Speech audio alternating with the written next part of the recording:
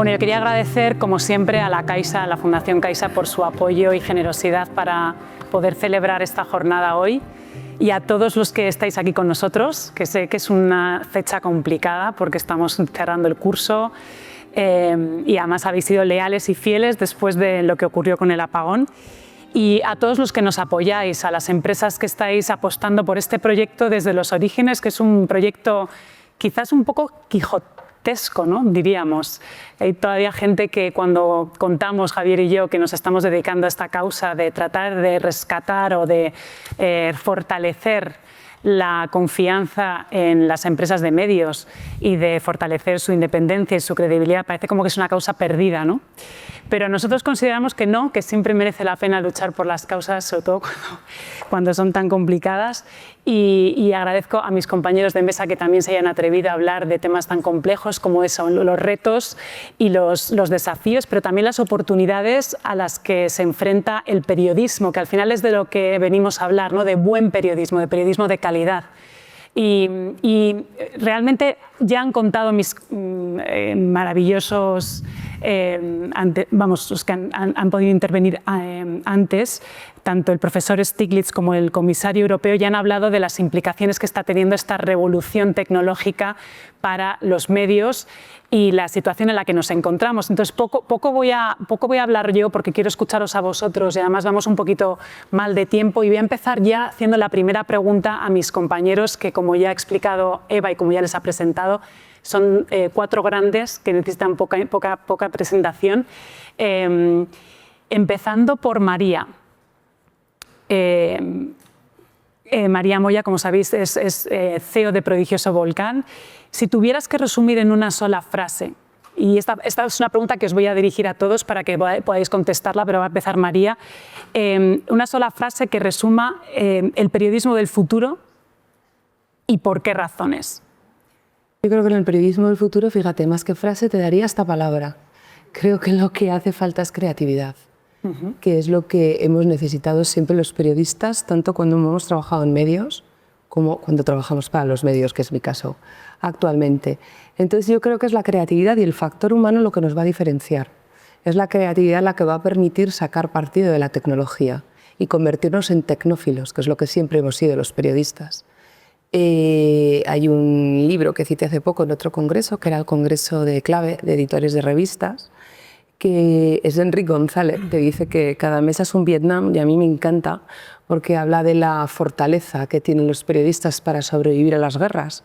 Y ahora los periodistas, hablando de ellos concretamente y del periodismo, lo que hacen es sobrevivir a las redes sociales, a los algoritmos y tratar de afrontar la IA de una manera positiva.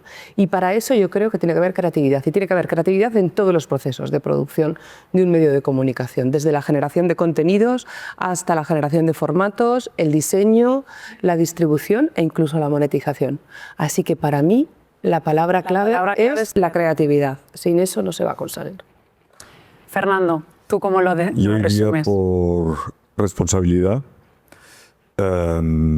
Está claro que el periodismo ahora está en crisis, pero probablemente salga reforzado de esta crisis.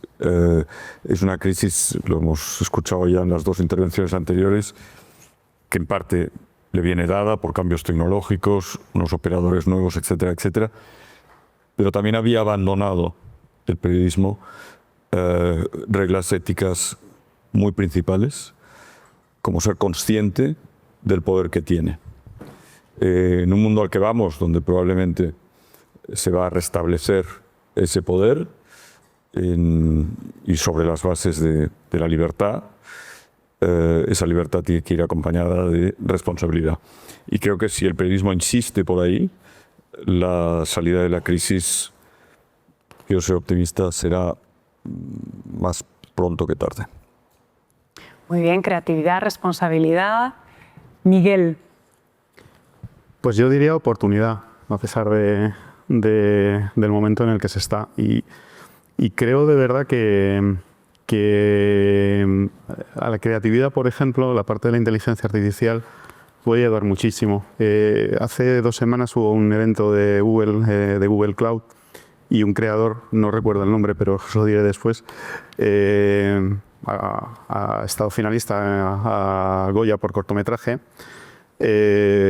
puso un ejemplo de cómo estaba generando cortos y películas utilizando las posibilidades de la inteligencia artificial.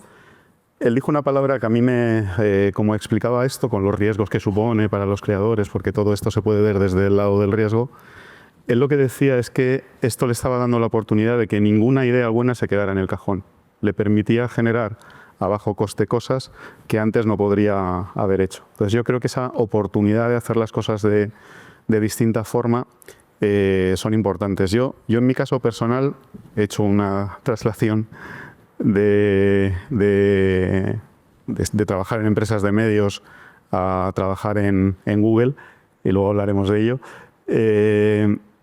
Lo que sí que veo es que yo tuve la suerte de vivir una revolución que es Internet, desde el punto de vista de un editor. Yo caí a la parte digital porque era el más joven de la redacción, no porque supiera nada de programación.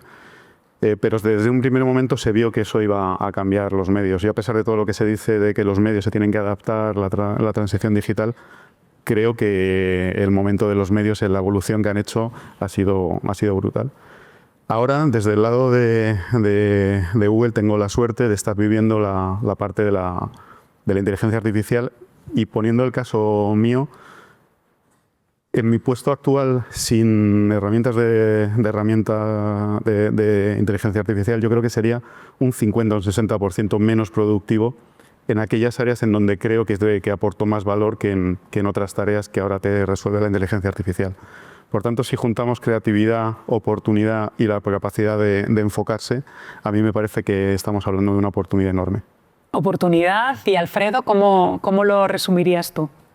¿En qué palabra? En diálogo, porque veo a los medios como espacios fértiles de encuentro, de conversación entre distintos, y también creo que en la era de la inteligencia artificial necesitamos y urge que recuperemos el propósito social, ¿no?, de los medios, y ver a los medios como infraestructuras sociales que promueven el encuentro entre gente que piensa distinto, que cambian las preguntas que nos hacemos, que cambian las conversaciones que nos hacemos, el escuchar para comprender al otro y para comprender a los demás, creo que es muy relevante, ¿no? Y el ser ese pegamento social que los medios pueden ser. La inteligencia artificial, es verdad que incluye algunos riesgos que me parecen evidentes. Uno es exagerar los extremos, ampliar las diferencias, el riesgo de consolidar determinados sesgos, de anular la diversidad que hablábamos antes, y también que hay el riesgo de que agrave algunos problemas, algunos desafíos, como hemos mencionado antes, y como se hablaba al principio de la desinformación, el abandono de los medios, la fatiga informativa y demás, ¿no? Al final, todos esos son problemas enormes para la industria de los medios, pero son un problema muy grave para la democracia. Y bueno, hemos escuchado al profesor Stiglitz hablar del impacto que están teniendo las plataformas tecnológicas, ya no solo en la configuración del periodismo, sino en general en la economía y en la sociedad, ¿no? Pero ahondando en la cuestión de la oportunidad de la que hablaba Miguel, la siguiente pregunta que tengo es: ¿esto ya está para quedarse? La inteligencia artificial, la tecnología, ofrece también unas grandes oportunidades. ¿Cómo podemos aprovechar esas oportunidades que nos ofrece esta tecnología, esta inteligencia artificial, para, por un lado, hacer más eficientes los procesos del periodismo, y que esa eficiencia no vaya en detrimento de ese periodismo de calidad, por un lado, y esa independencia de los medios, por otro? Porque se está jugando aquí unos equilibrios muy complicados de conjugar, ¿no? Por lo que decimos, porque el otro día en un almuerzo que tuvimos también con un alto directivo de Google, hablábamos de la preocupación que existe en el sector de cómo las plataformas utilizan esta inteligencia artificial en los chatbots y en los motores de búsqueda, y eso está disminuyendo de una manera muy significativa y preocupante el tráfico hacia los medios, ¿no? Entonces, ¿cómo veis que podemos hacer estos equilibrios? Empezando ahora por Alfredo, ¿tú cómo lo ves? Desde mi posición más de observador, ¿no?, en la mesa donde están representados también medios y plataformas, a mí quizá me preocupa algo que en un escenario de vulnerabilidad económica de los medios exista la tentación de utilizar la inteligencia artificial sobre todo para alimentar los algoritmos y generar audiencias, o para hablar de eficiencia haciendo más con menos, sin ocuparnos también de dedicar periodistas a hacer periodismo y aportar ese valor añadido, ¿no? Insisto en lo que mencionaba antes también, en proteger el propósito de los medios, que me parece muy relevante, en un momento en que la tecnología, que ha sido siempre un aliado y nos ha ayudado siempre, y siempre hemos estado y hemos remado siempre a favor, pero es verdad que podemos verla como un supuesto salvavidas para flotar en ese mar de la economía de la atención, en la que estamos inmersos, a veces obligados normalmente por las circunstancias económicas, donde las reglas las marcan otros, no las marcamos nosotros, ¿no? Y claro, las personas se dan cuenta. Y fíjate, el año pasado dirigimos un ciclo sobre periodismo aquí en La Caixa, y estuvimos aquí en esta casa y en otras 4 ciudades españolas sobre el periodismo que necesitamos. Y acudieron 500 personas, ciudadanas y ciudadanos, que conversaron con profesionales y con personas de la academia, profesionales muchos representados hoy aquí por vuestros medios o vuestros grupos, ¿no?, que acudieron. Y nos dejó reflexiones interesantes. Y una pregunta que lanzó una de las personas asistentes a una periodista de un grupo regional que se encargaba de redes. Y le preguntó: ¿pero vosotros trabajáis para el algoritmo o trabajáis para mí? Claro, y eso desató una conversación muy interesante sobre el compromiso ético y sobre los valores del periodismo en la sala, ¿no?, que me parece muy relevante. Y Miguel, tú yo creo que eres el más legitimado para hablar de esta colaboración y ahondando un poco en tu palabra de oportunidad. ¿Cómo lo ves, este equilibrio? A ver, yo creo que estamos en un momento muy interesante, pero en donde, al menos yo lo que estoy viendo dentro de Google, es que tampoco hay respuestas a lo que está sucediendo. Hay un momento en el que claramente la tecnología está cambiando todo el ecosistema, la competencia de Google, el cómo el usuario accede a hacer determinadas preguntas, el cómo recibe esas respuestas, y está modificando el escenario en el que estamos. Ese cambio nos afecta a todos. Yo creo que ese es el primer punto.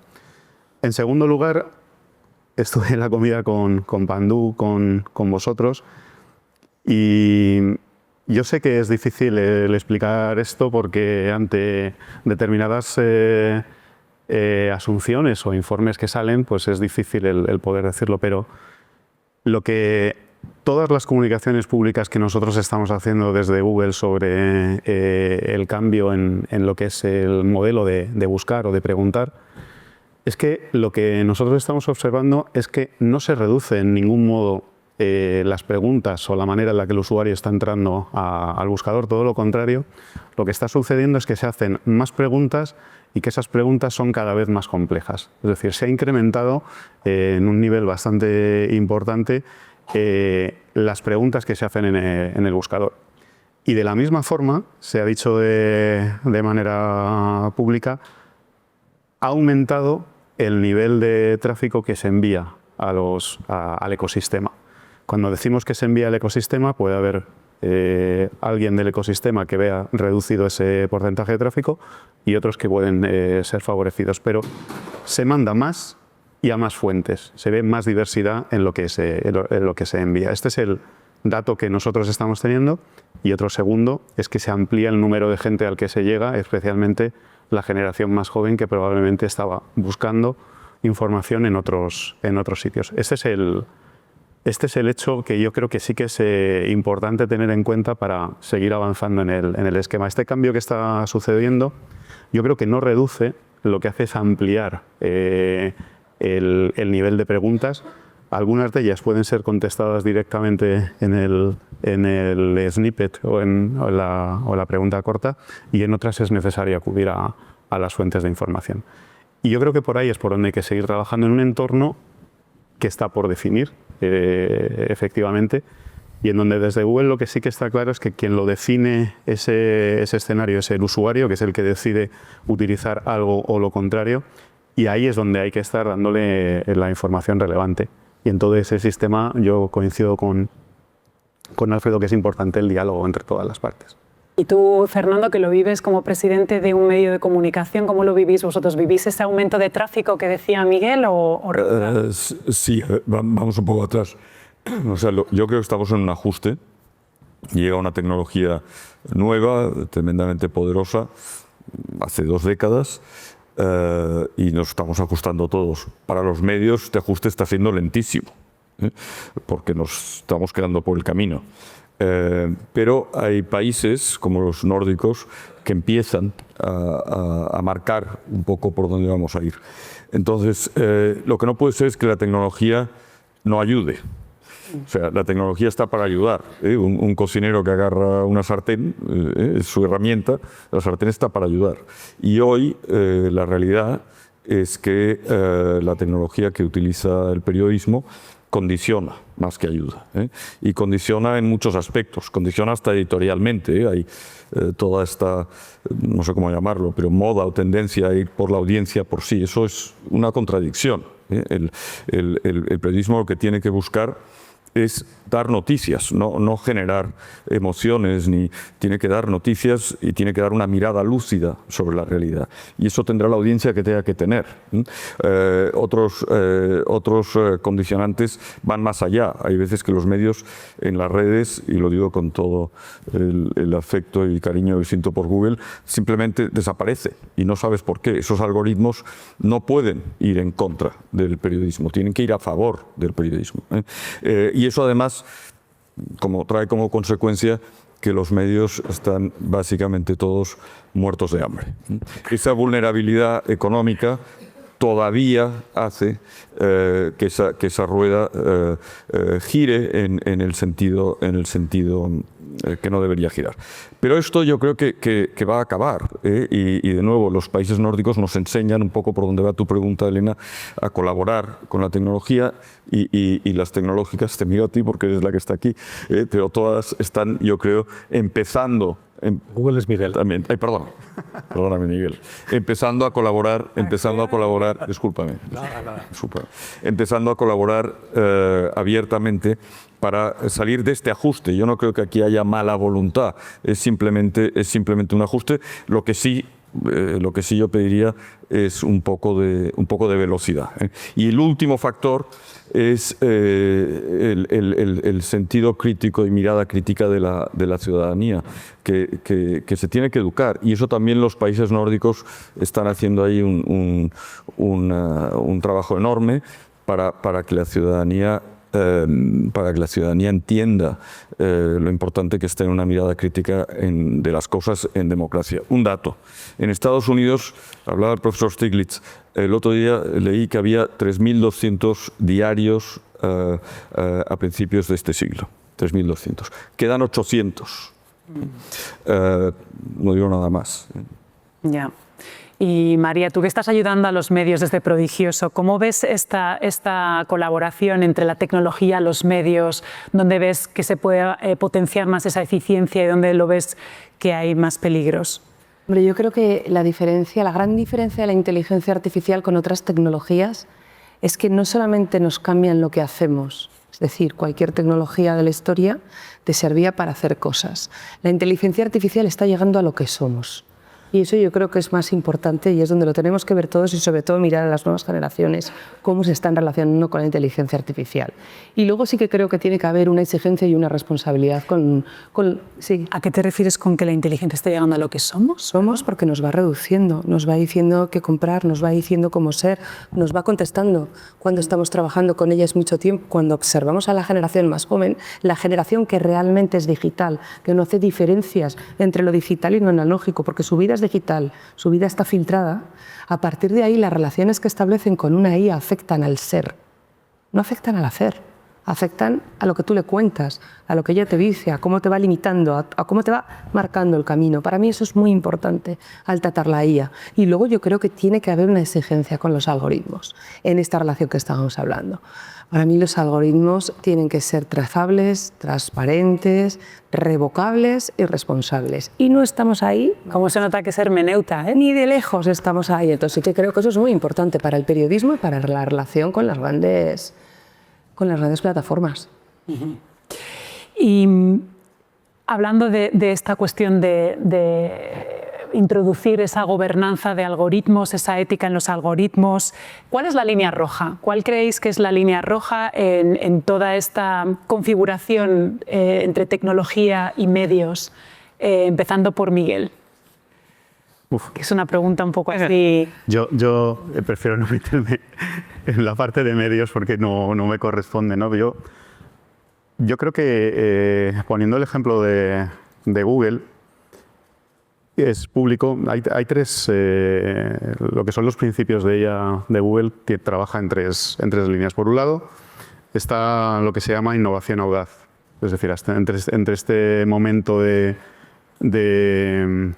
cambio real, se trata de trabajar con todo el poder científico humano que se puede para trabajar en este nuevo paradigma que tenemos.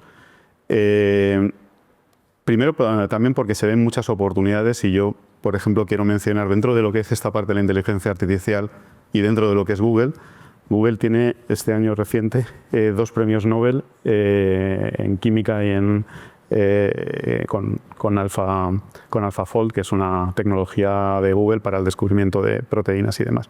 Y ahí se ve una posibilidad de avance científico brutal como no ha pasado en décadas en lo que es el descubrimiento de moléculas.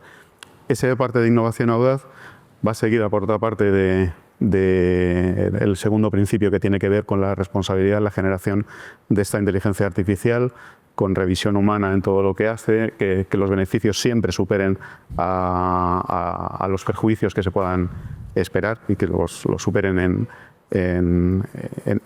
con bastante influencia. Y la tercera parte está basada en la colaboración. Esa colaboración que se basa, por ejemplo, en acuerdos con universidades.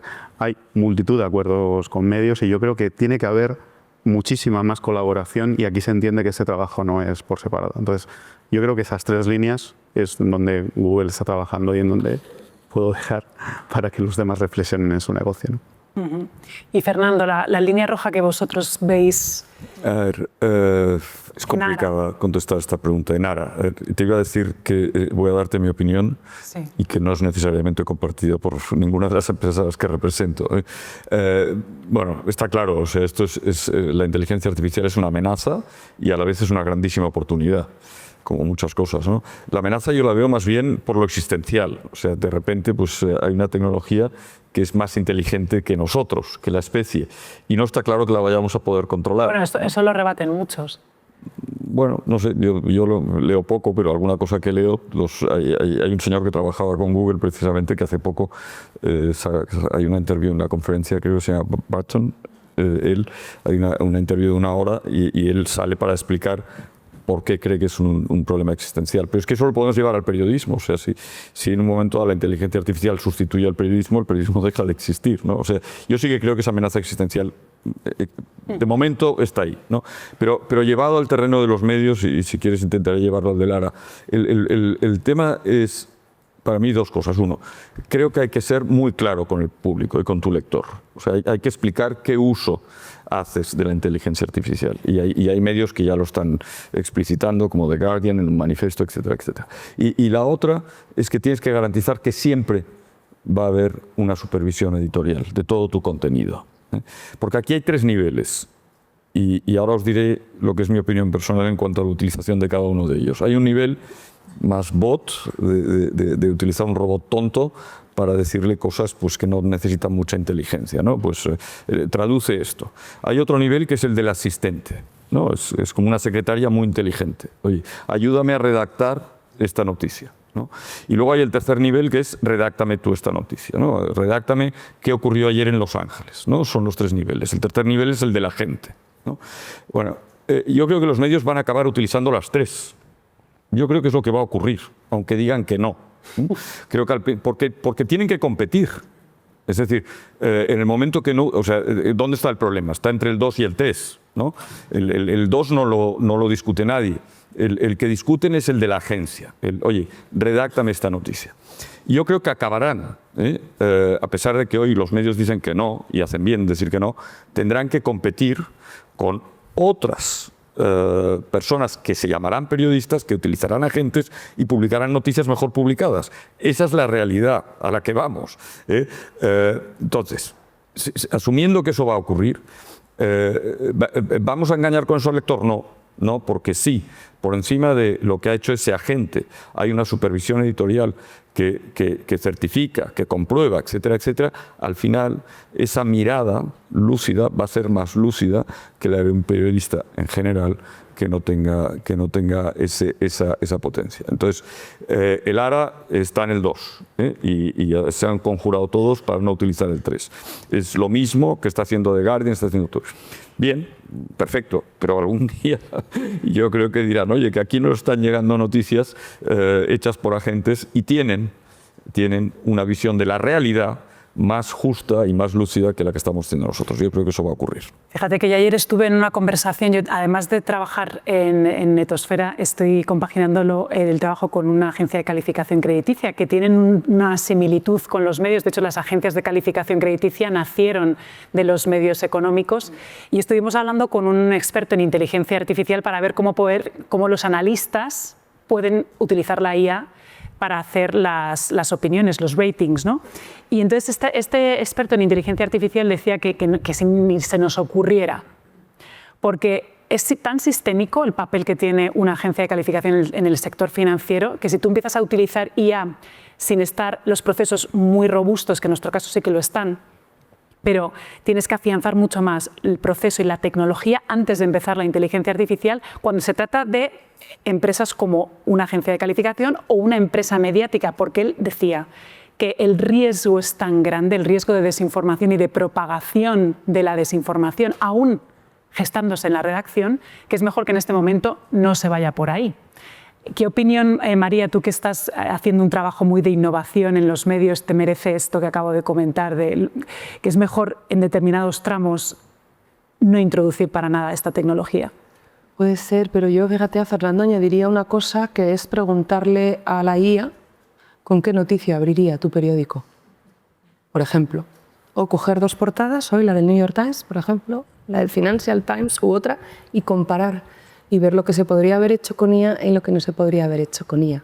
O sea, yo creo que eso también es importante y va a llegar ese momento en el que se produzca eso. Digo que también la IA te puede decir más adelante qué es lo que le interesa a la gente, a los lectores, que son, al fin y al cabo, las personas que nos interesan, a los cuales hay que volver a recuperar la confianza, que no es un camino fácil. Y yo, en este debate, como sé que hay poco tiempo, a mí me gustaría introducir el papel de las redes sociales. Es decir, ¿utilizamos o no utilizamos la IA? Perfecto, es un gran debate. Yo creo que sí que hay que utilizar la IA, que la IA nos puede hacer más creativos, que podemos buscar formas de automatización, pero que hay que invertir. Hay que invertir en formación de una manera brutal y hay que mirar a las redes sociales como también esos grandes propagadores que hacen que recuperar esa confianza que sea necesaria hay que ponerla en primer lugar antes incluso de decir si utilizamos o no la IA, que mi respuesta es siempre sí.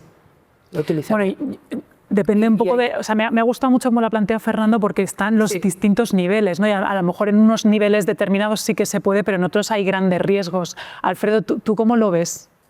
Yo os escuchaba de lo que comentabais antes y Fernando y María. O sea, para mí, o sea, el periodismo ayuda a que la gente se haga una imagen del mundo, pero también a que las personas se hagan una imagen de sí mismas y del papel que juegan en la sociedad. Y eso supone una responsabilidad enorme que no tengo claro que la podamos delegar.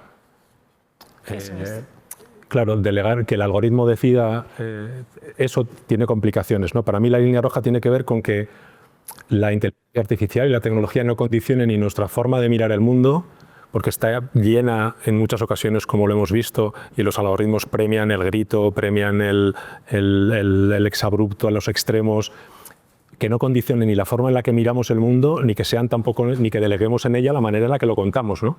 Eso me parece muy relevante. Bueno, pues como vamos con un poquito de retraso y sí que me gustaría también dar paso al público, voy a hacer una última pregunta, que ya para terminar y damos paso a alguna pregunta del público. El tema de la confianza, que lo has tocado tú ahora, María, y con todo esto, ¿no? ¿Cómo podemos trabajar desde los medios y también desde las plataformas para, pues por ejemplo, desde el observatorio lo que estamos tratando de hacer es aumentar esa transparencia en las organizaciones de medios y transparencia en torno a estándares de calidad periodística, ¿no?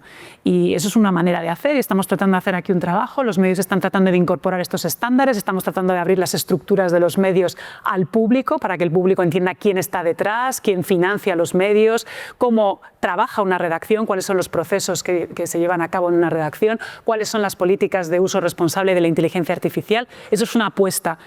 Aparte de la transparencia, de estos estándares de calidad periodística y demás, ¿qué otras cuestiones consideráis que se pueden poner en marcha para esa confianza? Empezando por, pues, de nuevo por Fernando. Voy a resumirlo mucho. Yo creo que el tema de los algoritmos es clave. O sea, los algoritmos tienen que ser transparentes, tienen que ayudar a la ciudadanía y tienen que ayudar al periodismo. No al revés, eso es clave. Y eso además garantizará la solución de otros problemas derivados como niveles de audiencia aceptables y modelos económicos que nos saquen a todos de la miseria. Yo creo que los algoritmos es clave. Y la otra es conciencia. Es conciencia ciudadana, que es lo que encuentras en los países nórdicos. El nivel de conciencia ciudadana sobre lo que significa tener un periodismo sano es lo que tienen en Suecia, es lo que tienen en Noruega, en Finlandia, en Dinamarca, Suiza. Ese nivel de conciencia es una garantía y claro, empieza con el colegio. Y yo creo que con esas dos saldríamos para adelante bastante. Miguel. Bueno, yo en esto quisiera compartir una parte de mi aprendizaje de estos 9 meses. Llevo muy poquito tiempo en la empresa, pero creo que hay 3 cosas que me parecen clave en este momento de cómo se afronta. La primera cosa que a mí me ha sorprendido mucho y que echando a mí hacia atrás yo consideraba que lo hacía, pero ni de lejos al nivel en el que se está haciendo, es el foco en el usuario. El usuario como centro de en este caso, el negocio de Google. Tomar decisiones en hacer un producto mejor para que el usuario lo consuma y que el usuario vuelva y que quiera seguir contigo. Esto es algo que está a fuego y se hacen cosas que puede ir contra el negocio establecido, como yo creo que se puede ver. Esta parte para mí es fundamental. La segunda es la capacidad de innovación, la capacidad de evolucionar. Esta capa, yo lo pongo el ejemplo, yo cuando trabajaba en medios, y aquí no habla Google, habla Miguel Madrid, pero a los periodistas se les echaba mucha culpa de estar siempre a la contra, de no sumarse. Parcialmente de acuerdo en algunas cosas, pero no es la consideración. Voy a hablar de los programadores porque en el caso de Google, por ejemplo, esta parte de inteligencia artificial, creo que el último dato es el 35% del código que genera Google, que es mucho código, se genera mediante inteligencia artificial y con supervisión de los programadores. Hay, hablando con diversa gente de la industria, en muchos otros sitios la resistencia a utilizar la IA no viene por la parte de comunicación, sino por la parte de los programadores, que es casi como un contrasentido si lo ponemos. Por tanto, esa capacidad de evolución y de hacer las cosas creo que es la segunda cosa. Y la tercera sí tiene que ver con la transparencia. Yo creo que en determinadas cosas, pues evidentemente saber la fórmula de la Coca-Cola la querríamos saber todo, pero creo que dentro de la organización hay un nivel de transparencia hacia afuera. Creo que también hay mucha transparencia. Está publicado las reglas básicas de todo, está publicado. Todo es muy transparente hacia adentro y hay una participación real de la empresa. Yo creo que esas 3 cosas, pero la primera sí que me impactó, ese foco en el usuario es lo que nos puede realmente hacer diferentes. Hacer diferentes, pero sobre todo orientado a ser más confiables. Yo creo que cada uno tiene que saber quién es su usuario, ¿no? y pensar solo en él. Yo creo que muchas veces, no sé si decirlo, pensamos en distintos tipos de usuarios con quizá estrategias contrapuestas. Y quizá haya que tener distintas estrategias, pero el foco tiene que estar en el usuario de cada uno. María, ¿tú opinas? Un matiz por acabar y por liarla un poco. No hemos hablado nada de una regulación más creativa. Ahí vuelvo a la creatividad, de una regulación más constructiva, de una regulación, bajarnos de esa narrativa de regulación sí, regulación no, los que regulamos somos peores que los que no regulamos porque donde no se regula hay unos modelos de negocio mejores. Yo trataría por un diálogo en esa regulación de cara a que sea constructiva, más positiva, más abierta y que fije líneas rojas. Porque es ahí donde se va a fijar líneas rojas. Y para eso hace falta una negociación y un modelo de gobernanza que sea continuo y donde haya muchos actores presentes y que afronten esto no desde la narrativa destructiva que actualmente impera, sino desde intentar buscar una narrativa más positiva. Se lo leí el otro día a Esther Paniagua en Invertia y dije, esta es una vía, o sea, intentar hacerlo desde la perspectiva, pero con regulación también. Y ya para terminar, ¿quién me falta para terminar? Fernando, Alfredo. Y, bueno, la confianza. Yo creo que el marco del periodismo constructivo creo que ayuda mucho, ¿no? Exacto. Y el periodismo Cuéntanos un poco del periodismo constructivo para hacerlo. Que no es nuevo, ni inventa nada, ni pretende criticar lo que se hace, ni ser una alternativa. Lo que invita es a recuperar una parte del periodismo que tenemos en ocasiones algo olvidada, por los ritmos a los que se trabaja, por los sesgos estructurales negativos, culturales que tenemos como medios, también por el piloto automático que nos gobierna la agenda diaria, que es ingobernable muchas veces, ¿no? Y es una invitación, como decía Eva también al principio, a desafiar el papel que jugamos como periodistas, la imagen o la mirada que tenemos sobre el mundo, las preguntas que nos hacemos en las reuniones editoriales como periodistas, el lenguaje que utilizamos, que me parece muy relevante, ¿no? Tiene una vertiente relacionada, el periodismo constructivo tiene una vertiente relacionada con el periodismo de soluciones y con mostrar y analizar con enorme rigor las respuestas sociales que hay para tratar de resolver o paliar problemas sociales y qué aprendizajes podemos obtener como comunidad, como sociedad de todo eso.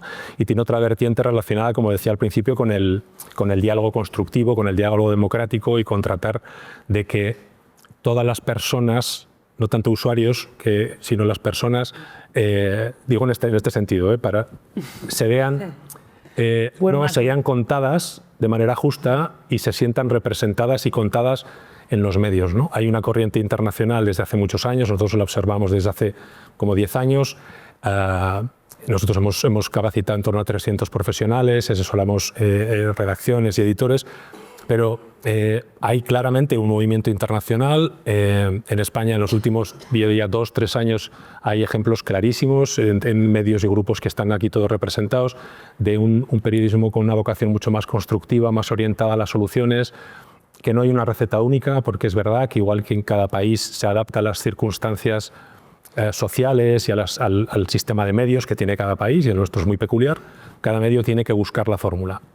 Es verdad que son en ocasiones iniciativas esporádicas o promovidas por periodistas individuales, pero creo que hay un recorrido muy grande para tener una oportunidad estratégica para incorporar a los procesos, a la cultura interna, esa mirada más constructiva en las redacciones. ¿Y está funcionando en términos de datos? ¿Tenéis este hartazgo, ¿no?, del que se habla tanto, de que la gente ya directamente no quiere consumir noticias?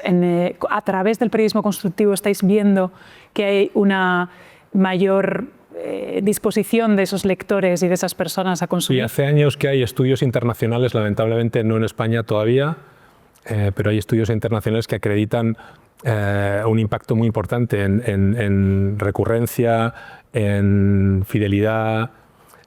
Lo que ocurre es que no podemos aplicarle a esto las mismas métricas que aplicamos a otro tipo de cuestiones, ¿no?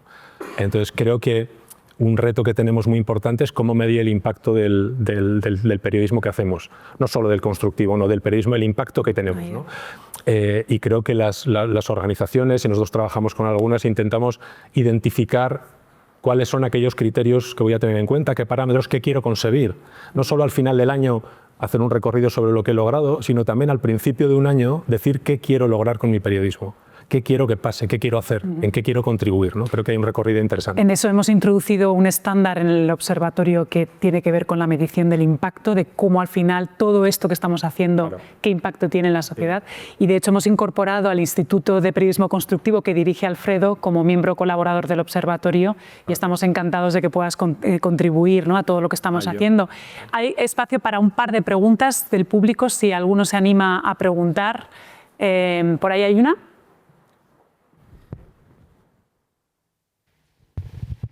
Hola, buenos días. Mi nombre es Máximo, un gusto. Gracias por la conversación, felicitaciones al evento.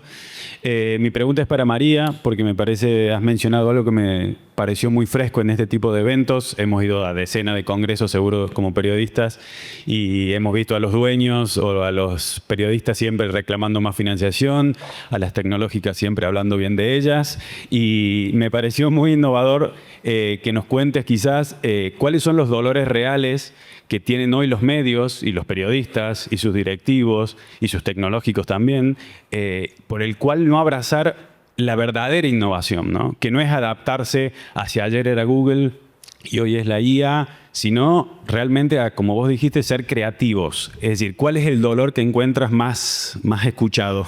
Gracias. Hay dos. Defender un modelo de negocio con empresas editoras que sepan construirlo, ese es un dolor muy potente. Y otro, ver los medios como un producto a veces, pero como un producto positivo, como algo donde se puede hacer cosas nuevas, donde se puede efectivamente innovar, donde se puede ser creativo. Concebir un medio de comunicación como un producto es muy complejo, porque cuando tú vas a un medio de comunicación y tienes que plantear cosas nuevas, pues vendrá el director del periódico, el director de marketing, el director de comunicación, el director de innovación, el de IT, el director... Y dices, perdón, para la hora de construir nuevas cosas, nuevas ideas, nuevas innovaciones, meter creatividad... Sí, pongo el ejemplo de New York Times, que ganó 300 millones de dólares el año pasado.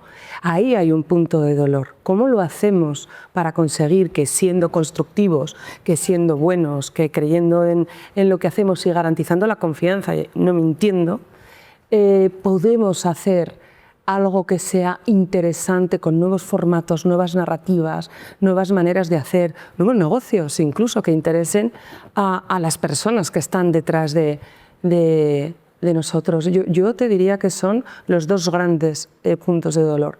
Modelo de negocio responsable, que para las editoras es muy complejo, y dos, concebir que un medio de comunicación también hay un producto. Y como tal, es un producto. Y como tal se tiene que cuidar, innovar y crear en torno a él. ¿Y una pregunta más? ¿Qué tal? Soy Álvaro Cuadrado, presidente de la Fundación Hambre Cero. Personalmente, en los últimos 5 años he estado en una veintena de guerras y de desastres naturales en el epicentro de estas situaciones y, por ende, en el epicentro del foco de interés mediático en muchos casos. Creo que uno de los mayores problemas que tiene el periodismo es la moda.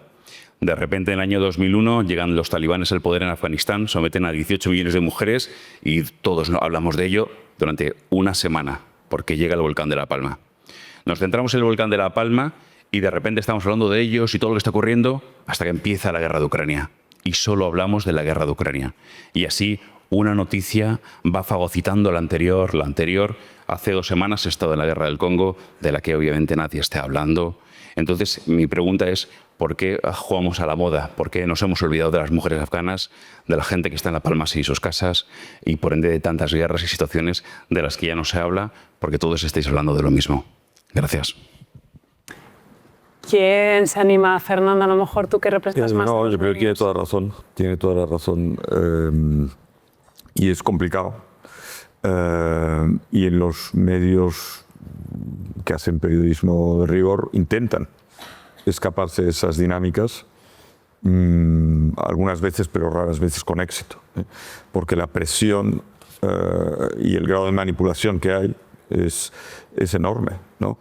Pero tienes toda la razón. Aquí hay una responsabilidad de la que no hemos hablado y daría a lo mejor para otra sesión, que es la de los gobiernos, ¿no? Bueno, los gobiernos tienen que entrar en esto. Yo utilizo siempre una metáfora para explicar lo que es alimentar bien a la población o no, ¿no? Y con los contenidos está ocurriendo lo mismo. Entonces, una población mal alimentada es una población poco saludable. Una población mal alimentada mentalmente también es poco saludable, y lo estamos viendo, ¿no? Es un tema muy serio, es un tema muy, muy serio. Y no quiero ponerme serio yo, es decir, no se trata de que el periodismo sea un juguito de apio y remolacha cada mañana y solo comas eso.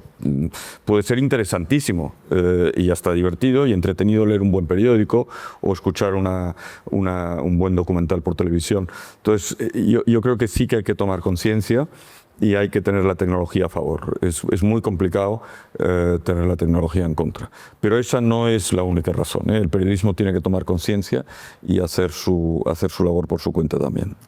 Bueno, pues yo creo que con esto vamos a terminar esta mesa. Muy resumidamente, yo creo que se ha hablado aquí de proteger el propósito social de los medios, de tener una ciudadanía más crítica, de una innovación más audaz, de una regulación más creativa, del usuario como centro del sector, ¿no? Que el sector empiece a mirar de una manera como más dirigida al usuario, pero matizando que son al final personas, ¿no? Y yo creo que el tema del impacto que ha tocado Alfredo también es muy importante, y que la ciudadanía empiece a ver de una manera clara cómo están impactando estas empresas de medios a través de una utilización de la tecnología responsable a la sociedad. O sea que muchísimas gracias a los cuatro y vamos paso a la siguiente intervención. Te dejamos, Eva. Gracias a todos.